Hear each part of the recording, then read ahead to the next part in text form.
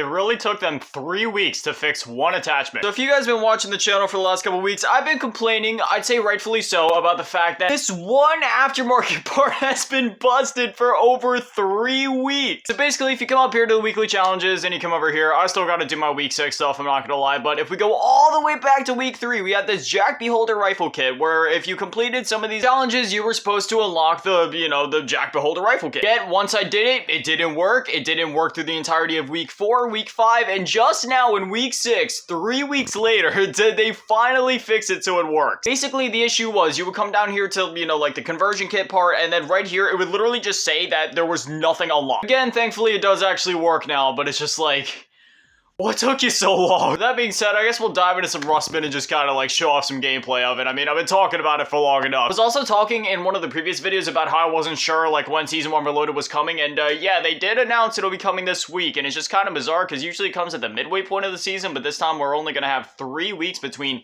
Season 1 Reloaded and the next season coming out, so why does everybody vote Shipment all the time? I get it, y'all want to sweat, but dog, like, it's been forever since I played Rust. You know what, I worked so hard for this Magma camo, I might as well rock it. Look at the stock, dude, it's literally broken. Is it broken in-game, too?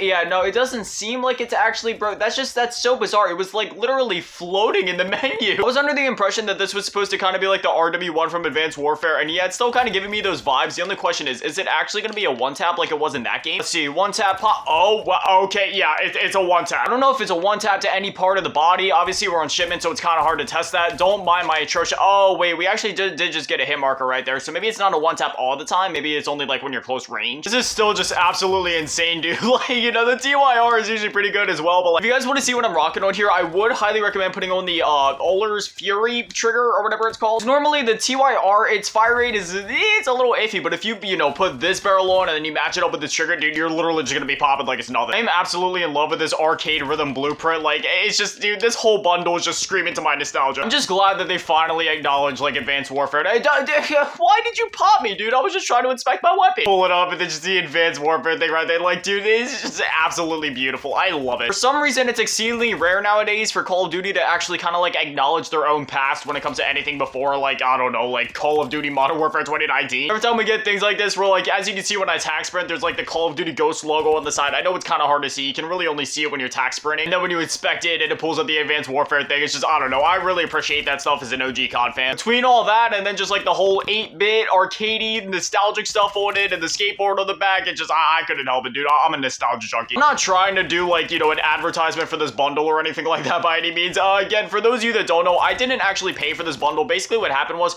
I pre-ordered the Vault Edition of the game, and with that, they just kind of gave you, like, the Black Cell Battle Pass for Season 1 for free. Well, not for free, because, you paid for it, but you know what I mean. And with that, they basically shower you in COD points, so I just had, like, 4,000 I was sitting on, so I was like, you know what? I'm not giving them any additional money anyway, so I don't feel bad, so I just kind of spent what I had. Well, not everything that I have. I still have 1,600 left over, so I have enough to buy, like, the next Battle Pass or whatever, and then I'm just gonna kind of sit on these COD points until COD 2024, and then I'm sure I'm probably gonna get showered in COD points again with the next Vault Edition, because, I pre-order these games every year. I always get the Vault Edition. Some people may even disagree with that, but hey, I really enjoy these games as is. I don't mind shelling out an extra $30, especially when you consider, yeah, sure, I'm paying $100 for the game, but, I end up spending, like, close to, if not actually, like, over 500 hours in each of these games. That being said, I refuse to whale out and purchase all the bundles, because, like, yeah, some of the bundles are cool, but I don't know, it doesn't matter what game it is. Back in the day, I used to have a problem with it when I was a bit younger and a bit stupider, but nowadays, yeah, dude, I don't fall for that stuff. I had a couple bad incidents with buying V-Bucks back in the day, and never again. I don't judge people, though. It's one of those things, like, hey, you earn your money, you spend it however you want. Me, personally, if I'm gonna buy a bundle, my absolute limit would be, like, 1 bundle per game, and even then, I bought this one this year, which I really didn't even have to spend money on, and then the other one was, like, Ghostface back in Cold War, just because, I mean, dude, it's Ghostface. Yeah, I don't know. I'm glad that they finally fixed that aftermarket part. I mean, obviously. I just feel like it would have been even cooler if they could have, like, really buffed the damage and then only gave you, like, 1 shot per clip to really call back to, like, the RW1. One thing that I will give them props on, like, one of the very few things I can give them props on, is the fact that there is less expensive bundles this year.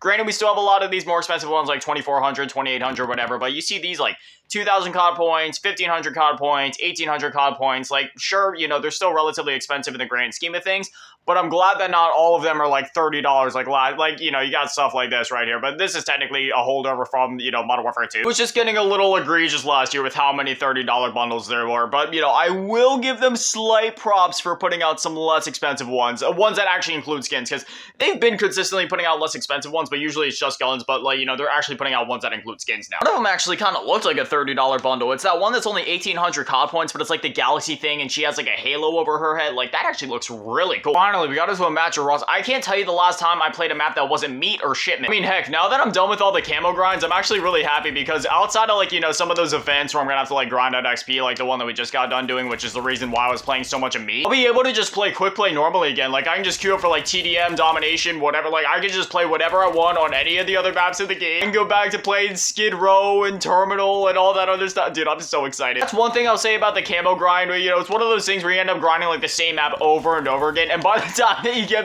back to, like, playing the other maps again, even if it's a map, like, you know, obviously in this game, there's a lot of maps that are remastered or remade from Modern Warfare 2. Even those maps end up feeling like fresh, brand new, just exciting experiences, because you just, you know, you've been playing the same thing for so long, so when you go back to something like that, it's like, oh my gosh, it's a whole new world. I've also basically just been exclusively using Modern Warfare 3. You know what? Let's switch it up for a sec. I'm actually really curious to, like, use some Modern Warfare 2 weapons in this game, because, like, I have used them kind of, but, like, not really. I know this weapon is technically called the Chimera, but in my blueprints, I have it saved as the Honey Badger, because, let's be honest, that's what it is. Let's see how this thing performs. Oh, wow, dude, the Modern Warfare 2 weapons, they're pretty good. I don't know if that applies to all Modern Warfare 2 weapons, obviously. Like, there might be a few of them that are pea shooters, some of them might be overpowered, but yeah, man, this actually feels pretty good. I was worried in the transition from Modern Warfare 2 to 3, and it's possible that maybe these weapons were already patched and adjusted. I mean, the game has been out for 2 months, so maybe there has been some patches done already, but I was just really worried that we'd see a thing where the weapons are either, like, severely overtuned or undertuned, and unfortunately, from what I've heard, that actually does happen to be the case over in Zombies, where a lot of the Modern Warfare 2 weapons are just absolutely terrible in MWZ. I will say, it's a little unfortunate. I don't know if it just has to do with their lighting engine in MW3, or maybe something was just slightly lost in translation, but I don't know. Orion, like, it still looks good, but it doesn't exactly pop in the same way that it did back in Modern Warfare 2. I'm not sure if maybe it's just a specific map, and maybe, you know, if they end up bringing back that playlist where they bring back some of the Modern Warfare 2 maps, like if y'all remember towards the launch of the game where they had the MW2 Moshpit, like Farm and Shoot House and stuff like that,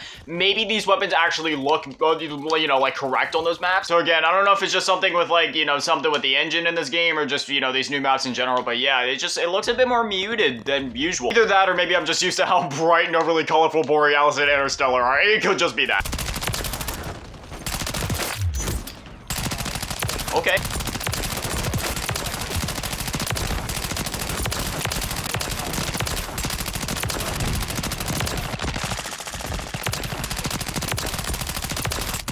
Easy victory, baby. Y'all got no idea who you're messing with. But anyways, if there's any takeaways from this video, yeah, 3 weeks later, they finally fixed that one attachment. But anyways, always massive shout out, thank you to all the patrons and channel members, thank you to all in the low ball tier, and your bigger shout out, thank you to all in the mid ball tier, Miller Last King, Dad, Manny, the biggest shout out, thank you to all in the G tier, Ron, Vince, Chandler, Cheese Girl, thank you guys so much, you guys are literal legends, I love you. Thank you guys for watching, have an amazing day, stay beautiful, I love you all, peace.